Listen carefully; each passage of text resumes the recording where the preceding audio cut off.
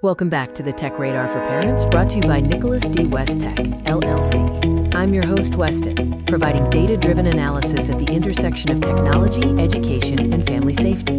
If you thought last month's breakdown of App Store accountability was intense, buckle up. The digital landscape our kids inhabit is undergoing a profound, accelerated metamorphosis. We are officially moving past the era of simply managing social media algorithms and stepping into a completely new frontier: artificial companionship. Today, we are diving into the permanent post-pandemic shift in pediatric screen time, the explosive, unregulated rise of AI chatbots, and a new training wheel app that tweens are flocking to. Let's get into it. We need to talk about the dark side of generative AI. While schools are cautiously testing AI as educational tutors, teenagers are adopting it for something entirely different: emotional intimacy. A startling recent study revealed that over 70% of teens have utilized an AI companion, apps like Character.ai, Replica, or Nomi. Adolescents are turning to these hyper-responsive large language models for existential advice, navigating friendships, and even discussing severe mental health concerns. Psychologists call this the social compensation hypothesis.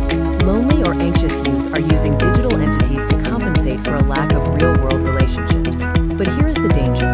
These bots merely perform empathy. They are commercially designed to endlessly validate the user, creating frictionless, codependent relationships that completely fail to teach kids how to navigate real human boundaries. We saw the tragic extreme of this in Florida, where a 14-year-old boy's because of this, state legislatures are going to war. California just advanced the PAUSE Act, a pioneering law that introduces a graduated crisis response for chatbots.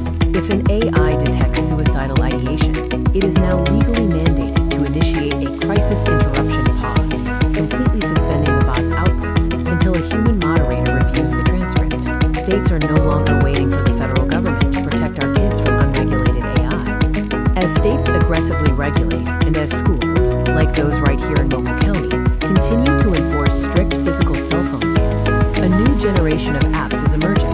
These apps are designed to appease anxious parents while satisfying the adolescent desire for digital connection. This month's spotlight is on Coverstar. It is being aggressively marketed as the safe TikTok alternative. It allows tweens, primarily girls ages 10 to 14, to create and share lip-syncing and dance videos. So why is it safer? Structural constraints. Coverstar has completely eradicated direct messaging. There are no private DMs, which instantly neutralizes the primary vector for online predation and hidden cyberbullying. It also lacks an open search bar, meaning the feed is entirely curated by the company, preventing kids from falling down toxic algorithmic rabbit holes. But parents, hear me clearly, it is not a babysitter. The removal of the search bar means the algorithm wields absolute control over what your child sees. It's still heavily focused on cosmetics, fashion, and social perfo. Let's pull back and look at the broader science of screen time. For the last few years, we've wondered if the massive spike in children's screen time during the 2020 lockdowns was just a temporary hangover. A landmark 2026 evidence review published in Clinical Child Psychology and Psychiatry just gave us the answer. It wasn't temporary. It was a permanent structural upward shift.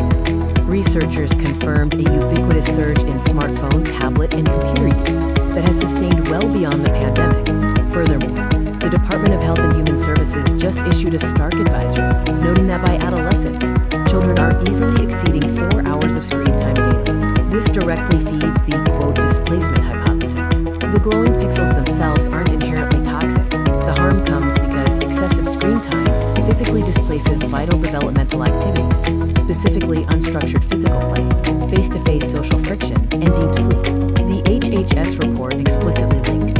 The American Academy of Child and Adolescent Psychiatry recently updated their guidelines to reflect this. The new mandate for parents: stop being mere timekeepers and become context managers. Not all screen time is equal. High-quality, developmentally appropriate content, especially when co-viewed with a parent, can be beneficial. Unregulated, isolated scrolling in a bedroom at 10 p.m. is destructive. All right, we've covered the AI threats, the safe alternative apps, and the post-pandemic data. Here is your action plan. 3 things you can do this week to secure your child's digital life. Number 1, audit devices for AI companions. Do not assume your child is only using AI to help with algebra. Check their phones for apps like Character.ai or Replica, and look at how they are using built-in bots on Snapchat. an explicit conversation about how these bots are commercial software programs, not genuine friends. Number 2, transition from screen time to screen context. Stop just setting a daily hour limit and walking away. Audit their digital diet. Prioritize interactive content. Co-view media with younger kids, and strictly enforce the removal of all screens from bedrooms at least 1 hour before sleep to protect their developing brains. Number 3, utilize training wheel platforms wisely. If your tween is facing unavoidable peer pressure to get on social media, the digital ecosystem of 2026 requires unprecedented, exhausting parental vigilance. But with the right data and structural boundaries, you can guide them safely through it. That does it for this month's Tech Radar for Parents. If you want to read the full, comprehensive research report detailing the new state laws and pediatric data, visit our website and sign up for the newsletter. I'm Weston with Nicholas D. West Tech, LLC. Stay vigilant, stay informed.